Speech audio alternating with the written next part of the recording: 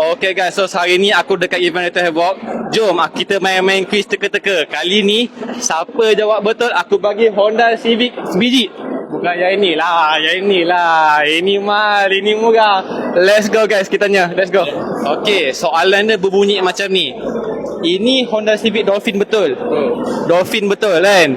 Okay, ni 5th generation for your information. Tapi saya nak tahu apa production year dia. Daripada tahun bila sampai ke tahun bila?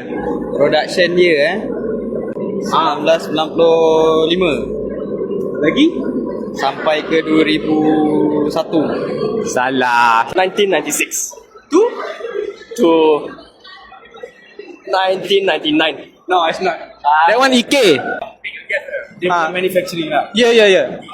Start bila, habis bila? Habis mungkin 2000 lah. 2000 Habis 2000 start? Start 19 something. 19 Tembak je bro. tembak dia. 1950 lah. 1950? Tak sampai lah. 1950 tak ada. Lama sangat bang. Try satu. 1995. 65. Okay, lagi? Habis?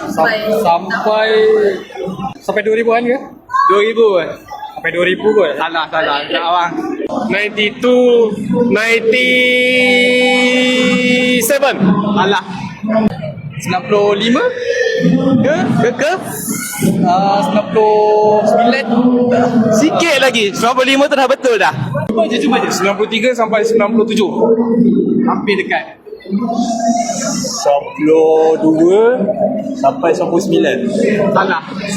1990 to 1994. I think. Close. A bit close. Close, very close. cakap siam dah. Kecil siam dah. Kecil siam. 90 to 95. Almost there. 91 or 95 bang. Correct. 91 to 95. Owner